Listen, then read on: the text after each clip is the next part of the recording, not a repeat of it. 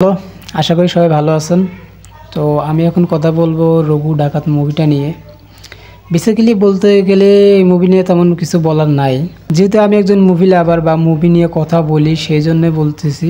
তাছাড়া এটা নিয়ে আমি কথা বলতাম না। কেমন ছিল মুভিটা জেনে আসা যাক। প্রথমে বলবো যে এই মুভির নাম রঘু ডাকাত না দিয়ে অন্য কোনো একটা নাম দিলে পারে সবচেয়ে বেটার হতো, কারণ এই মুভির মধ্যে রঘু ডাকাতের সাথে ডাকাতির কোনো সম্পর্কই নাই, একদম মিসিং। যাই হোক, এখন যদি আসি মুভির গল্প একদম বাজে। গল্পটা যদিও একটু ভালো ছিল, কিন্তু স্ক্রিন প্লে এমন বাজে আপনি বুঝতে পারবেন না কোথা থেকে কোথায় যেতেছে, কে কোথা থেকে আসে কি করতেছে, এটা বোঝার কোনো উপায় নাই। কিন্তু তার মধ্যে প্রশংসা করতে হয় আমাদের দেব। সে যেভাবে স্ক্রিনে প্রেজেন্ট হয়েছে বা তার যে বডি ট্রান্সফারশন করছে সে, এটা শুধু তাকে দিয়ে সম্ভব। গল্পের কথা যদি বলি, গল্প আমি কিছুই বুঝি নাই, কারণ কে কোথা থেকে আসতেছে, কার ক্যারেক্টার কি, এটা কোনো রিভিল হওয়ার সময় দেয় নাই। যে যা পারতেছে সেটাই করতেছে, এইরকমই মুভিটা।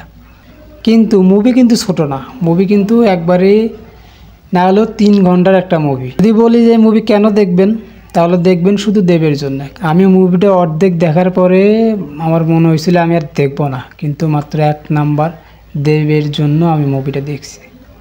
তো ওভারঅল বলতে গেলে এক কথায় মুভির একবার লাস্টে যে 30 মিনিট, এই 30 মিনিট ছাড়া পুরো মুভি ফ্লপ। কোনো গল্প নাই, কোনো স্ক্রিন প্লে নাই, মানে দেখলে মনে হয় সাজানো, আগে থেকে রেডি হয়ে আছে, শুধু ক্যামেরা ধরে ওকে বলবে, বাস অ্যাক্টিং করা শুরু করে দেবে। ভিলেনের সাথে বারবার দেখা হইতেছে, কিন্তু বারবারই তারা যা ভাই তোকে পরে মারবো। যে ভিলেন সে তো বলতেছে যাক আর একবার সময় পাইলাম। সো এটা নিয়ে আর কিছু বলার নাই। এর সাথে বেশি কিছু বললে পুরো মুভি স্পয়লার হয়ে যাবে, যতটুকু মজা থাকে অতটুকু থাকবে না। যারা নতুন তারা চ্যানেলটা সাবস্ক্রাইব করে দেবেন, আর যারা পুরান, যারা দেখছেন কমেন্টে জানাবেন মুভিটা কেমন ছিল। দেন বাই।